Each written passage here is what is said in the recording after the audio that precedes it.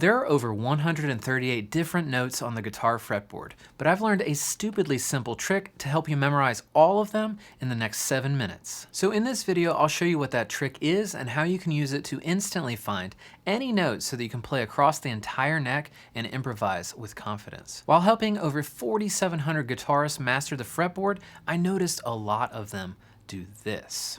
E, F, F sharp or G flat, G, G sharp or A flat, A sharp or B flat, B, C, C sharp or D flat, D, D sharp or E flat, up to E again, where everything repeats at the 12th fret. This is the chromatic scale. You can even find this in guitar method books, and it is the worst way to learn the fretboard. There are no songs in popular music that use this chromatic scale as a key, which means the chromatic scale doesn't teach you how to use these notes in actual music.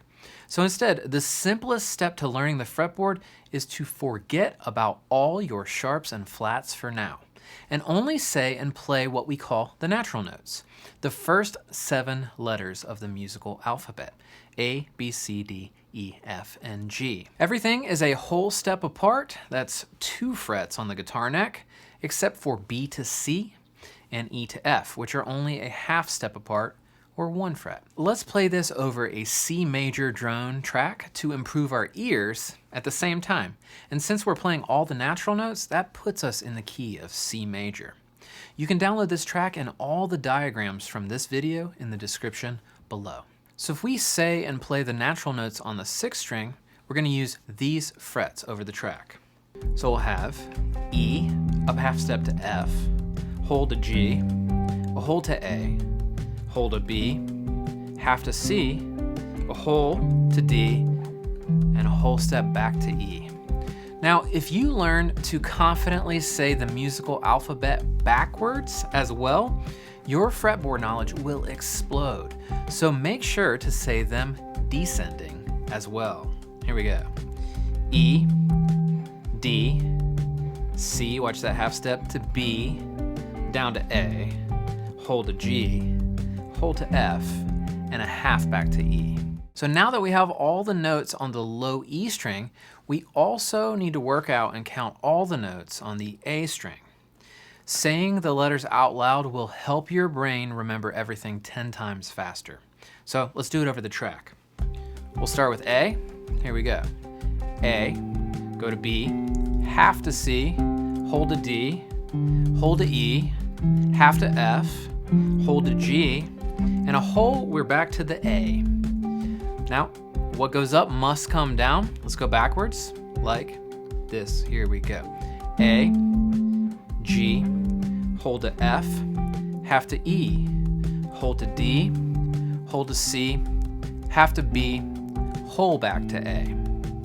Now, once you're able to play the E and A strings comfortably, you can then access every single note on the entire guitar fretboard with one simple pattern. And now, a quick moment to share today's sponsor, my full fretboard mastery course.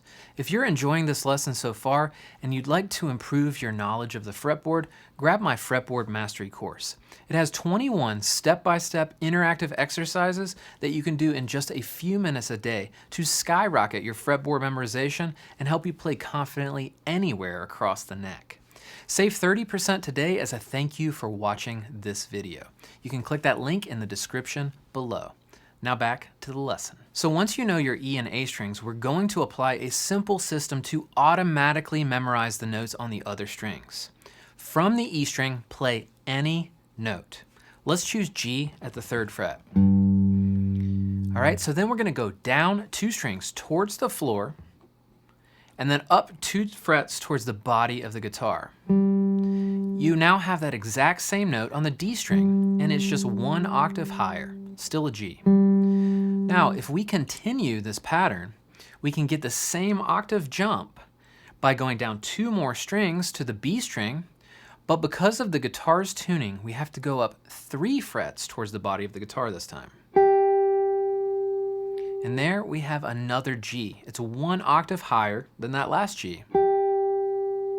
So that's going to be the 3rd fret of the low E string, G, the 5th fret of the D string, G, and the 8th fret of the B string, G. This is called octave mapping, and it also works in the exact same pattern from the A string. Let's try the C note that lives on the 3rd fret of the A string. So we're going to play that note, and now we go down 2 strings to the floor, and then up 2 frets towards the body of the guitar. This is the 5th fret on the G string, the 3rd string, and we have another C there, just 1 octave up from the previous. Now let's go down 2 more strings to the high E string, and because we've crossed over the B string and because of the guitar's tuning, we have to shift up 3 frets instead of 2. So our C note will be here at the 8th fret. So that's C at the 3rd fret, C at the 5th fret, C at the 8th fret.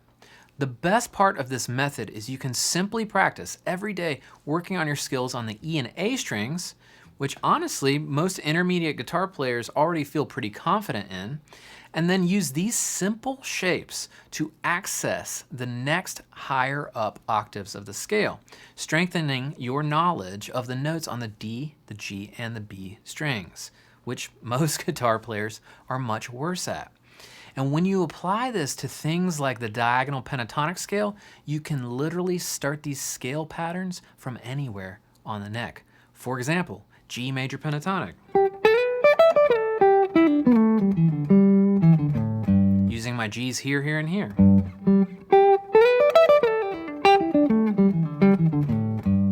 Or from the A string, same idea. From the C. Using my C, C, and C. So now that you know how to find any note on the guitar neck, make sure to watch this video next to learn the simple 3-2 system that will have you confidently playing major pentatonics anywhere on the guitar neck.